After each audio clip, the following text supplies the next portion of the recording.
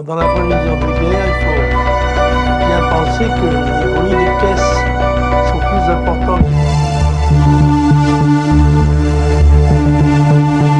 N'oubliez pas de soutenir et de vous abonner à la chaîne One Day News pour recevoir toutes les nouveautés. On commence.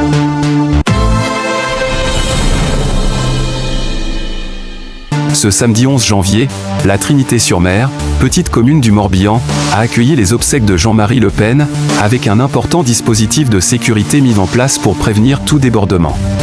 Pour le clan du défunt, qui s'est réuni pour faire ses adieux au leader d'extrême droite décédé le 7 janvier, tout s'est déroulé selon ses souhaits.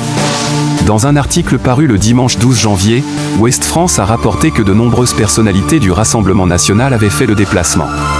Florent de Kersauzon, conseiller général du RN et ami du défunt, a salué au micro une cérémonie formidable, à la hauteur de Jean. La famille avait souhaité que ces funérailles se tiennent dans la plus stricte intimité. Ainsi, seuls les proches ont été autorisés à assister à la cérémonie dans la chapelle Saint-Joseph, qui peut accueillir 200 personnes au maximum, avant de se rendre au cimetière pour l'inhumation. Le cortège funéraire, ouvert par 5 bignoux et 5 bombardes, a été suivi, à une distance respectueuse, par une foule nombreuse d'admirateurs et de curieux venus accompagner Jean-Marie Le Pen dans son dernier voyage. De nombreux journalistes étaient également présents, notant l'émotion palpable chez Marine Le Pen durant les obsèques. Un hommage politique sera rendu à son fondateur par le Rassemblement national le jeudi 16 janvier à Paris. Bien que les proches de Jean-Marie Le Pen aient été soulagés de pouvoir lui faire un dernier adieu en toute sérénité, la cérémonie prévue à l'église du Val-de-Grâce à Paris le jeudi 16 janvier à 11h, qui inclura une messe ouverte au public, suscite des inquiétudes.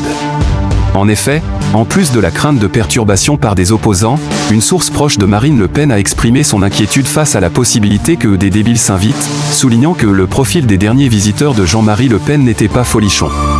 La dernière visite qu'il avait reçue, en septembre dernier, avait d'ailleurs fait polémique en raison de la présence de musiciens néo-nazis.